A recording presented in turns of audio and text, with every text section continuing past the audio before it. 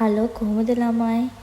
අද මම ඔයාලට කියන්න යන්නේ රෙසින් ආර්ට් සම්බන්ධ මෝල්ඩ් එතකොට කලර්ස් ඕනම දෙයක් තියෙන ෂොප් එකක් ගැන. මේක තියෙන්නේ කොට්ටාවේ සිකුරාදපොළ හන්දිය ගාවින් බැස්සහම සිතු කියන අක්කා තමයි මේ පේජ් එක කරන්නේ.